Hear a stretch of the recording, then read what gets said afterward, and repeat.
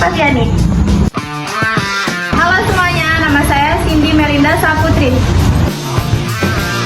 Perkenalkan, nama saya Siva Susanti. Halo semuanya, perkenalkan nama saya Zain Fauzan Abdullah.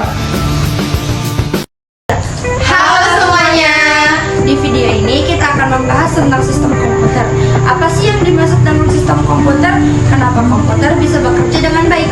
Jawabannya terletak pada dua komponen utama yang membentuk sistem komputer, yaitu perangkat keras atau hardware dan perangkat lunak atau software. Dan komponen yang terakhir adalah brainware atau manusia. Ketiganya bekerja sama untuk membuat komputer dapat berfungsi dengan sempurna. Dan bagaimana pengelolaan komputer? Yuk kita dengar penjelasannya lebih lanjut. Gaskan! Untuk memahami lebih lanjut, kita perlu tahu duluan apa itu sistem. Sistem adalah sebuah kumpulan elemen yang saling berinteraksi untuk mencapai tujuan tertentu. Dalam hal ini, tujuan sistem komputer adalah memproses data dari input melalui pemrosesan hingga menghasilkan output yang berguna bagi pengguna. Dua komponen penyusun utama sebuah komputer adalah perangkat keras dan perangkat lunak yang dibuat dari sebuah program kontrol atau perangkat lunak sistem operasi dan program lainnya. Komponen terakhir adalah brainware atau manusia, karena pada dasarnya yang mengoperasikan komputer adalah manusia, bukan robot. Semua komponen di atas bekerja bersama dalam sebuah sistem. Artinya, setiap komponen saling bergantung dengan komponen yang lainnya sehingga tidak dapat bekerja sendiri. Komputer bukan hanya sebuah alat fisik atau mesin, melainkan sebuah sistem yang memiliki banyak komponen yang saling terhubung dan bergantung satu sama lain. Jadi, sistem komputer ini tidak akan bisa berfungsi tanpa adanya perangkat keras, perangkat lunak, dan pengguna yang memahaminya. Begitu banyak komponen membentuk sebuah sistem komputer yang terdiri atas perangkat internal dan eksternal, serta masing-masing mempunyai fungsi sendiri. Akan tetapi, unit dasar sistem komputer disusun oleh unit input, unit pemrosesan, dan unit output. Unit tersebut selalu terlibat dalam setiap operasi ketika sistem komputer bekerja. Walaupun masih ada unit penting lainnya, tetapi unit tersebut cukup untuk membuat diagram blok sebuah sistem komputer konseptual. Berdasarkan komponen penyusunnya, sistem komputer terdiri atas perangkat keras atau hardware, perangkat lunak atau software, dan brainware.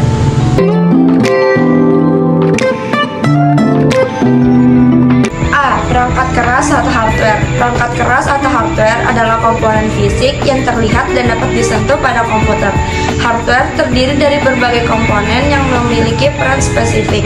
Ada 3 kategori utama perangkat keras dalam sistem komputer. Yang pertama ada perangkat masukan atau input. Yang kedua ada perangkat pemrosesan atau prosesor. Yang ketiga ada perangkat keluaran atau output. 1. Perangkat masukan atau input device. Perangkat input adalah perangkat keras yang digunakan untuk memasukkan data atau perintah ke dalam komputer. Tanpa perangkat input, kita tidak bisa memberikan instruksi pada komputer. Beberapa contoh perangkat input yang umum adalah 1. Keyboard. Keyboard digunakan untuk mengetik perintah atau data. Yang kedua ada mouse. Mouse digunakan untuk mengontrol posisi kursor dan memilih objek di layar. Yang ketiga ada touch screen. Layar sentuh yang memungkinkan kita berinteraksi langsung dengan komputer. Yang keempat ada barcode reader. Digunakan untuk memindai kode batang atau barcode untuk memasukkan data. Yang kedua ada unit pemrosesan atau processing unit.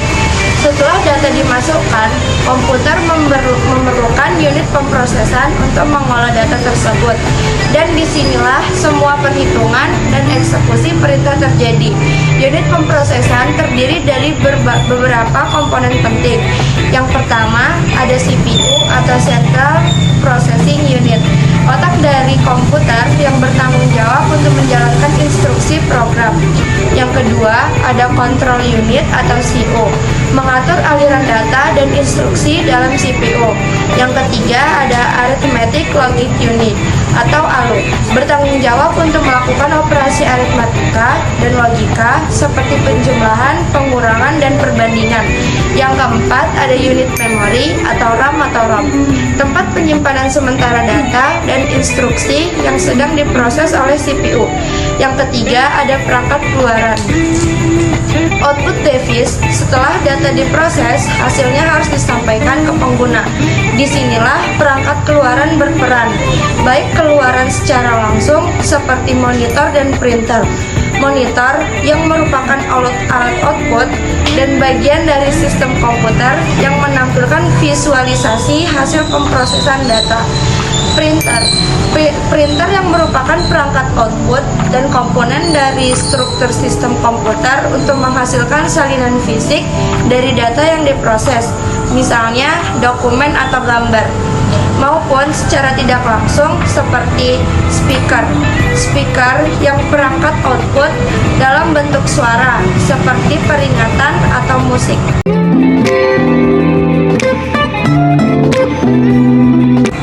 B. Perangkat lunak. Perangkat lunak merupakan komponen dari sistem komputer yang membantu perangkat keras dapat berfungsi sebagaimana mestinya. Perangkat lunak adalah serangkaian instruksi data atau program yang digunakan untuk mengoperasikan komputer dan menjalankan tugas-tugas tertentu. Perangkat lunak yaitu elemen non-fisik dari sistem komputer, berbeda dengan perangkat keras atau hardware yang merupakan komponen fisik dari komputer. Perangkat lunak berisikan 1. Sistem operasi, yaitu mengelola perangkat keras dan perangkat lunak. 2. Bahasa pemrograman, yaitu digunakan untuk menulis kode perangkat lunak. 3. Aplikasi, yang membantu pengguna untuk melakukan tugas-tugas spesifik. 4. Utility, yang menjaga sistem komputer agar tetap optimal.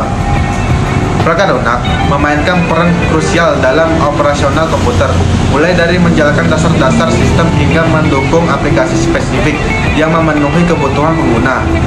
Perangkat lunak adalah elemen penting yang memungkinkan komputer untuk berfungsi dan memenuhi kebutuhan pengguna. Semua bagian ini bekerja sama untuk menghasilkan komputer dapat menggunakan secara efektif. C. Brainware. Komponen ketiga dalam sistem komputer adalah brainware, yaitu pengguna atau orang yang mengoperasikan komputer. Tanpa brainware, perangkat keras dan perangkat lunak tidak akan bisa berjalan dengan baik. Brainware adalah penghubung antara perangkat keras dan perangkat lunak. Memastikan semuanya berjalan sesuai dengan kebutuhan. Beberapa peran penting dalam dunia IT yang termasuk dalam kategori brainware adalah: yang pertama, ada operator komputer, orang yang menjalankan komputer dalam kehidupan sehari-hari. Yang kedua, programmer, orang yang menulis dan mengembangkan perangkat lunak. Yang ketiga, teknisi komputer, orang yang memperbaiki dan memelihara perangkat keras. Yang keempat, administrator sistem, orang yang mengelola jaringan dan server komputer.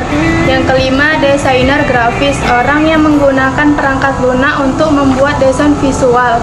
Peran-peran ini sangat penting untuk memastikan bahwa komputer bisa berfungsi dengan efektif dan efisien serta aman.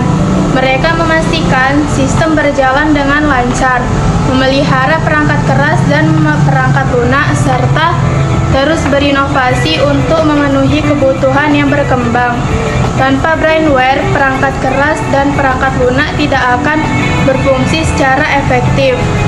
Mereka juga bertanggung jawab atas keamanan data dan memastikan bahwa sistem IT mematuhi regulasi dan standar keamanan.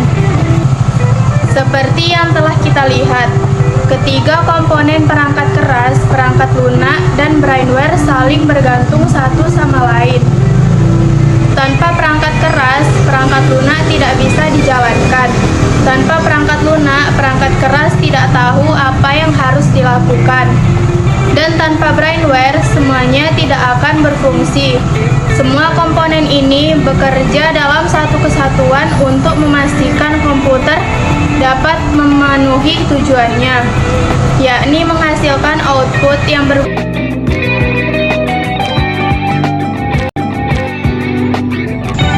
Penggolongan komputer.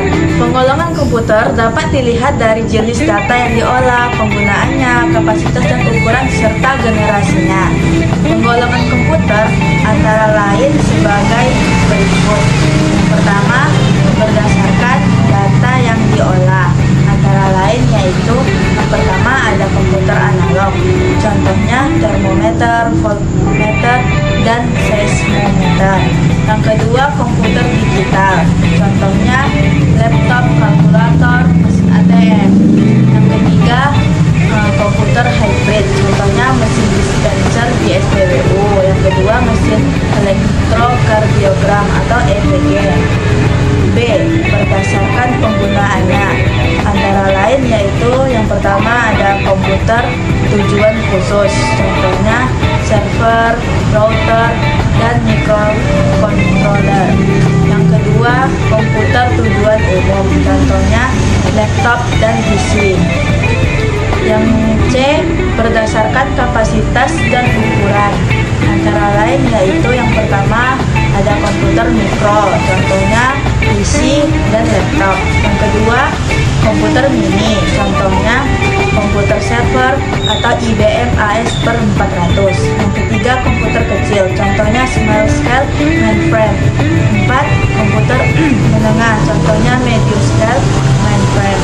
Yang kelima, komputer besar. Contohnya mainframe. Yang keenam, komputer super.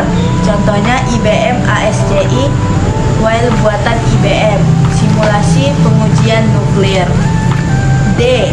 Berdasarkan generasinya. Antara lain yang pertama ada generasi pertama yaitu dari tahun 1940 sampai dengan 1956. Contohnya ENIAC EDVAC,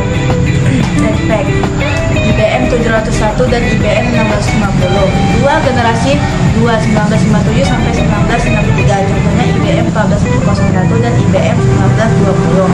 Yang ketiga generasi 3 dari 1964 sampai 1971. Contohnya CTES dan seri IBM 1960. Yang keempat generasi keempat 1972 sampai dengan sekarang. Contohnya IBM PCI, Apple dan Cray 1. Generasi kelima atau yang sedang dikembangkan. Jadi, sistem komputer adalah sebuah kesatuan yang terdiri dari perangkat keras, perangkat lunak, perangkat yang saling bekerja sama. Tanpa ketiganya, komputer tidak akan bisa berfungsi dengan optimal. Dan penggolongan komputer dapat dilihat dari berbagai sudut.